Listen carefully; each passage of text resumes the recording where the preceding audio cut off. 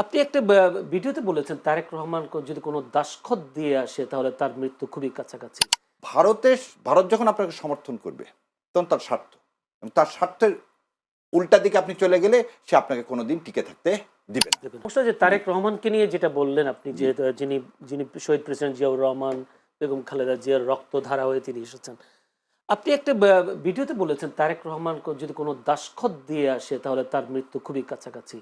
আপনার কি মনে হয় তিনি কোনো দাসখত দিয়ে এসেছেন? না, এই কথাটা আমি বলছি, আগে বলছি, যদি আমি বলছি আমি বিশ্বাস করি না এই কথাটুকু ওখানে আসেন। আমি বিশ্বাস করি না, আমি বিশ্বাস করতে চাই না। কেন বিশ্বাস করতে চাই না? ভাইরে, পৃথিবীতে সব কিছুর আগে বাবা মা।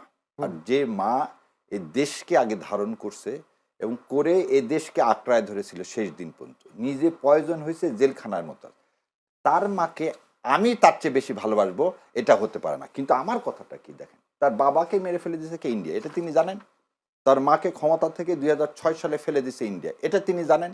2008 সালে তাদের দুই ভাইয়ের মুক্তির বিনিময়ে খালেদাকে জিম্মি করে 2008 সালে ইলেকশনে নিয়ে গেছেন, এটা উনি জানেন। গত তিনটা ইলেকশনে তার দলের কোন কোন নেতার কারণে আন্দোলন চাঙ্গা হয়নি এবং বেগম খালেদা জিয়া দেশনেত্রী যেভাবে নির্যাতিত হয়েছে সেইভাবে কোনো প্রবল আন্দোলন তৈরি করা যায়নি ইন্ডিয়ার ইশারায়, এটা উনি জানেন। সো সবকিছু তো ওনার জানা। তারপরে আমি কেন বিশ্বাস, কিন্তু আমাদের খটকাটা কোন জায়গায়? আজ পর্যন্ত দল হিসাবে বিএনপি আনন্দবাজার পত্রিকার কোনো স্টেটমেন্ট দেননি। যে আনন্দবাজার পত্রিকা যেটা ক্লেম করছে সে তো রিউমার ছড়াবে, তাহলে রিউমারের আমাকে তো পাল্টা জবাবটা দিতে হবে। বা এই 300 ফিটে যখন দেশনেত্রীর সন্তান আসলেন, তিনি প্রথম দিনে বলতে পারতেন যে আমাদের, কিন্তু সেটা কি হয়েছে সেটা আমি কেন আপনাকে বললাম। গতদিন যখন ইয়ার সাথে বসছেন, এবি পার্টির আমাদের ফুয়াদের সাথে বসছেন, তখন কিন্তু উনি এই কথাটা বলছেন যে আমাদেরকে স্ট্যান্ডিং এক জায়গায় নিতে হবে, সেটা জুলাই সনদের। আর জুলাই সনদটা হচ্ছে কি ভারতীয় আধিপত্যবাদের বিরুদ্ধে।